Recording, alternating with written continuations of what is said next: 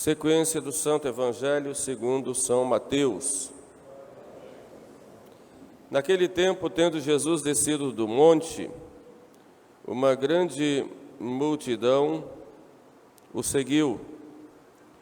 E eis que, aproximando-se o leproso, o reverenciava, dizendo: Senhor, se tu queres, podes limpar-me. E Jesus, estendendo a mão, tocou-o, dizendo: Quero, ser limpo. E logo ficou limpo da sua lepra. E Jesus lhe disse: Vê, não digas a ninguém, mas vai mostrar-te ao sacerdote e faz a oferta que Moisés ordenou para lhe servir de testemunho. Tendo depois entrado em Cafarnaum, aproximou-se dele um centurião, fazendo-lhe uma súplica e dizendo: Senhor, meu servo jaz em casa paralítico e sofre cruelmente. E Jesus disse-lhe: Eu irei e o curarei. Mas o centurião respondendo disse: Senhor, eu não sou digno de que entreis na minha casa, porém dizei uma só palavra e o meu servo ficará curado. Pois também eu sou um homem sujeito a outro, tendo soldados às minhas ordens, e digo a um vai, e ele vai, e a outro vem, e ele vem, e a meu servo faze isto, e ele o faz. E Jesus, ouvindo isto, admirou-se e disse para os que o seguiam: Em verdade eu vos digo, não encontrei uma fé tão grande em Israel. Eu, porém, vos digo que hão de vir muitos do Oriente e do Ocidente, e hão de sentar-se com Abraão, Isaque e Jacó no reino dos céus, enquanto que os filhos do reino serão lançados nas trevas exteriores, onde haverá choro e ranger de dentes. Então disse Jesus ao centurião: Vai e seja-te feito conforme creste. E naquela mesma hora ficou curado o servo. E pelas palavras do Santo Evangelho sejam perdoados os nossos pecados.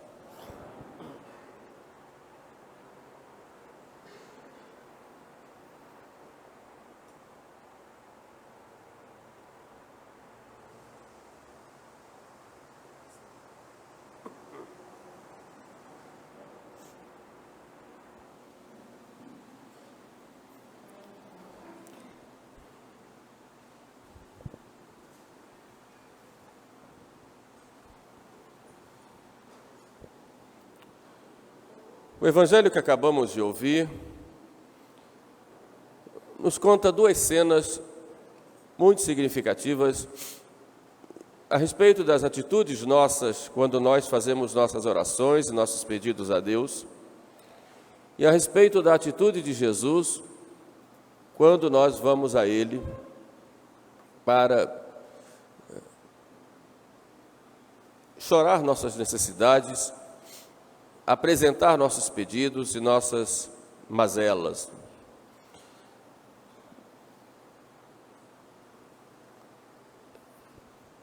São Mateus conta que Jesus tinha acabado de sair da montanha onde ele tinha feito o sermão. O Sermão da Montanha em São Mateus está ali no capítulo 5 até o capítulo 7 e mostra uma espécie de programa de Jesus Cristo, começando com as bem-aventuranças, depois a explicação dos diversos mandamentos. Notem que São Mateus escreveu em primeiro lugar para os judeus convertidos. Seu evangelho foi primeiro escrito em hebraico e depois ele próprio escreve em grego, para provar para os judeus convertidos que Jesus Cristo é o Messias prometido. Por isso a gente vê São Mateus mostrar aí a figura do centurião, que era pagão, mas depois Jesus dizendo que muitos viriam, que não eram judeus, e viriam também se converterem, mostrando aí a figura do centurião como modelo, exemplo de fé.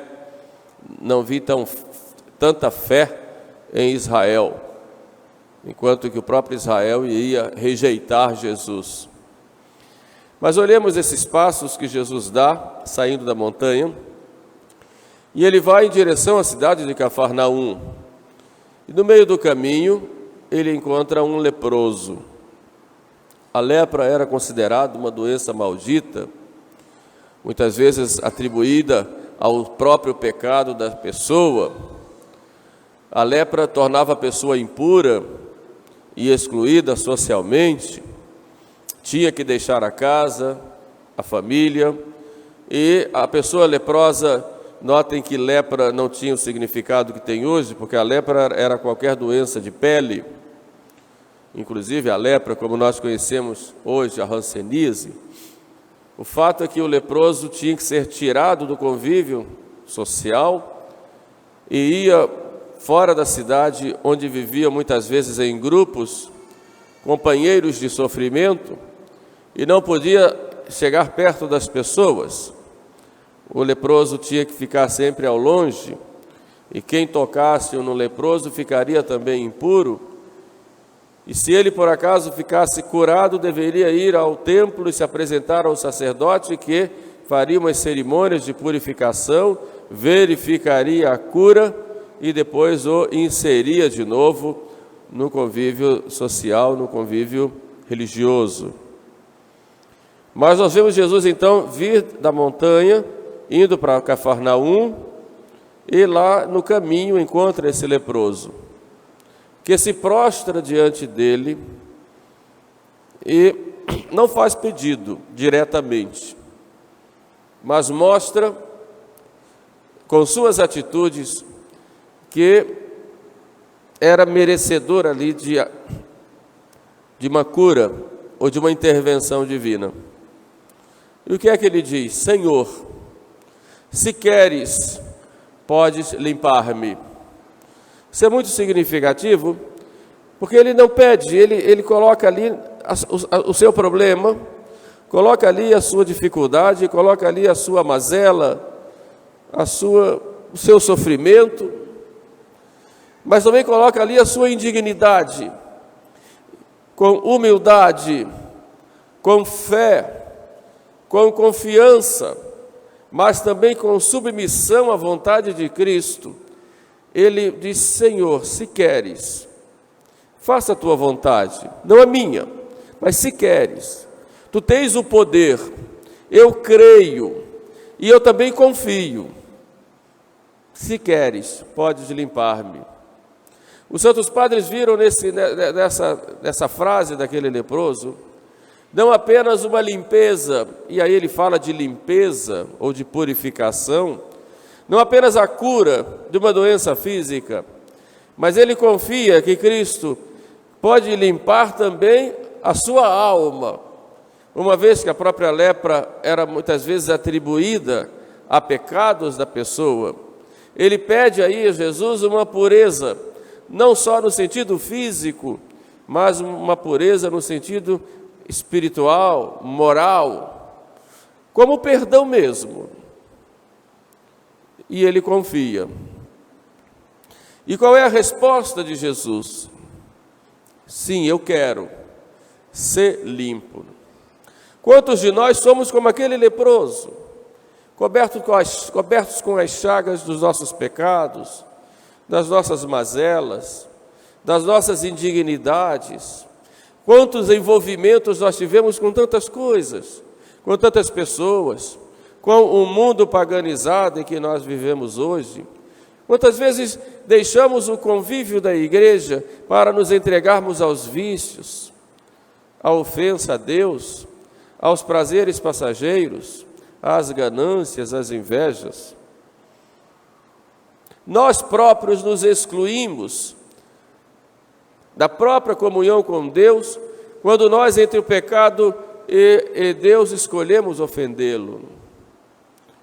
Por isso nós, muitas vezes, temos a lepra, não a lepra do corpo, mas a lepra da alma. E qual deve ser a nossa atitude? Ninguém é feliz por pecar. O pecado promete um momento de alegria, promete um momento de prazer, mas a verdade ele só traz destruição e desordem. Por isso disse Jesus: quem comete o pecado se torna escravo do pecado, porque o pecado desfigura o ser humano como imagem e semelhança de Deus. Quando se perde a graça, ele fica desfigurado. Ele é a imagem de Deus, porque, na verdade, o ser humano, o homem, o cristão, sobretudo, ele é configurado a Cristo. E quando peca, ele joga lama nesta figura. Ele embota essa figura. Como disse Santa Teresa, a nossa alma nós podemos comparar a um castelo de cristal que tem várias moradas e no centro está o próprio Cristo, com a sua luz que ilumina toda a alma. Mas o pecado joga lama nessas paredes de cristal e esta luz não passa por nossa própria culpa.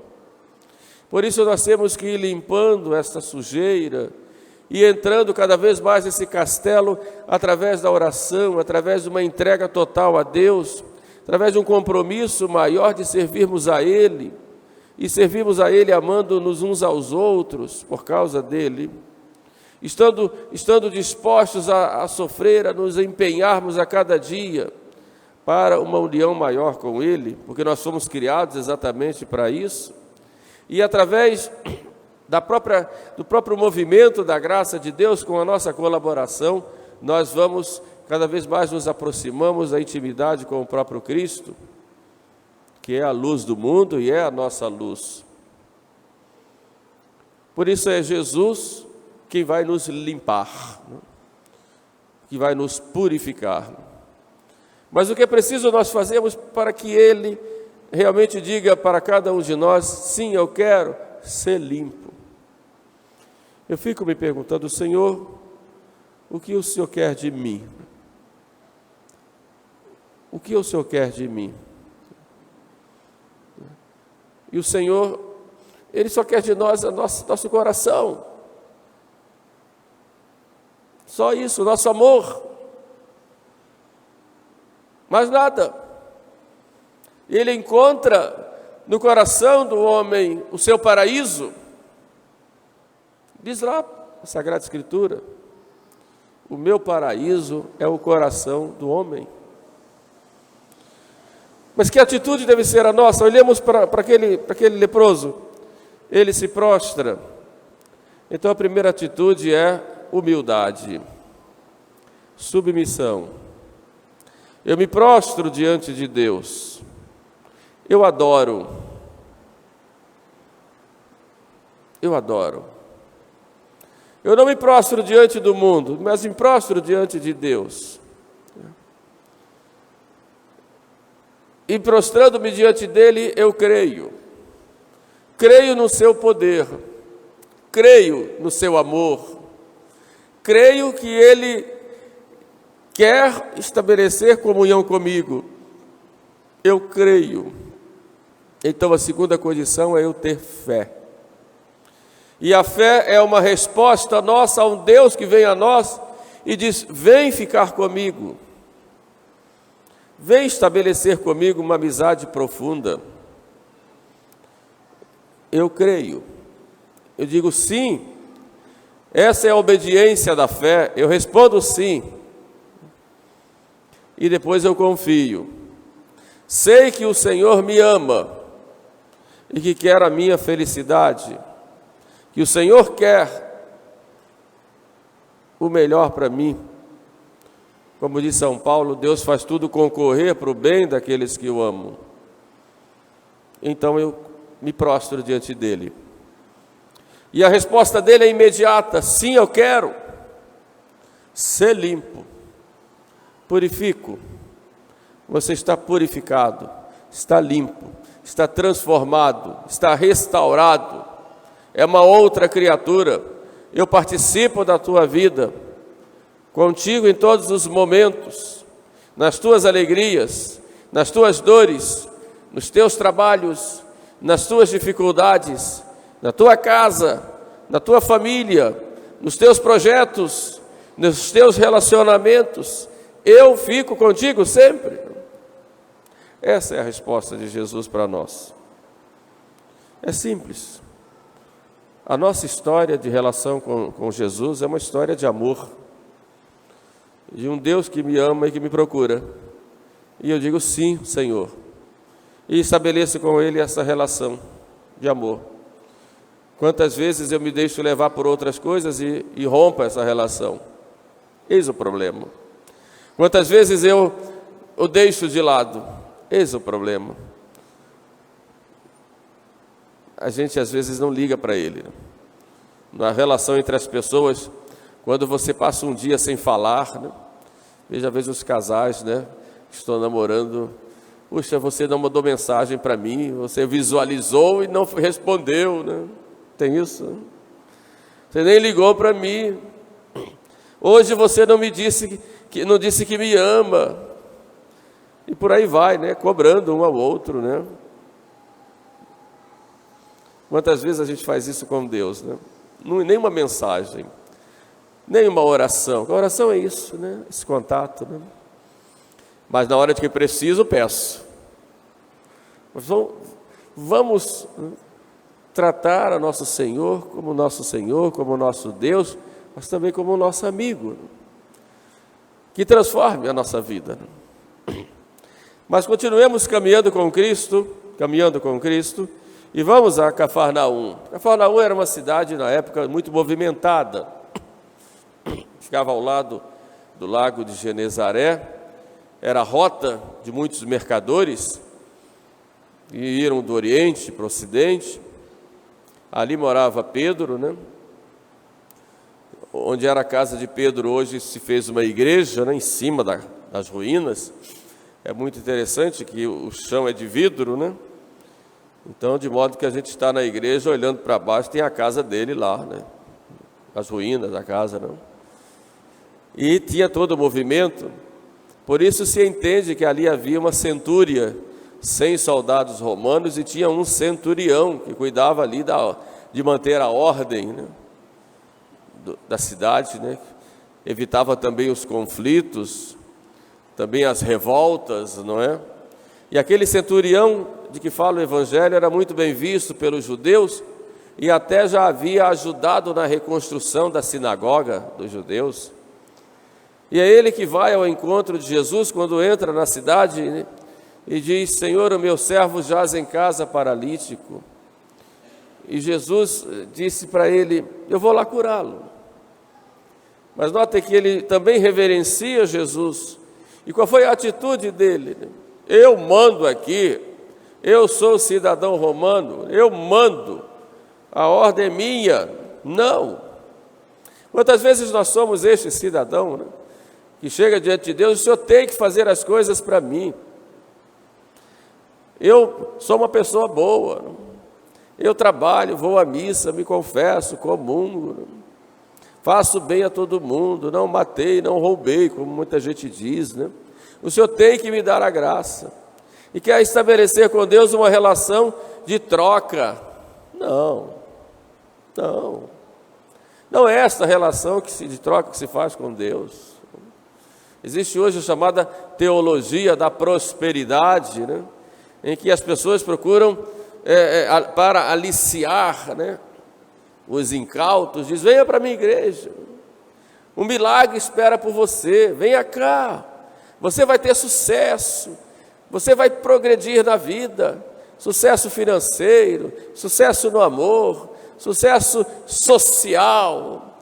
E você está doente, você está perdido, você está na miséria, porque você não vem para a minha igreja. E começa a desenvolver uma espécie de teologia da prosperidade, em que Deus é colocado como um grande negociante. Se você vai a Ele, Ele em troca está na obrigação de dar para você o melhor, mas só para uma vida aqui na terra, nada de vida eterna. Isso, todo mundo já vai estar salvo, se crer nele, e pronto.